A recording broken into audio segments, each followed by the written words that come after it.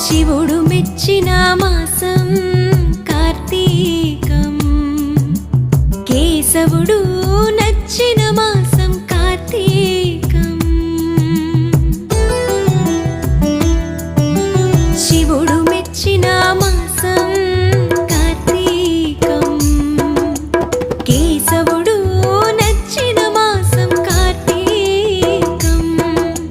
హరిహర ఏకోన్ముఖ మాసం కార్తీకం, ప్రకృతి పరవశించిన మాసం కార్తీకం.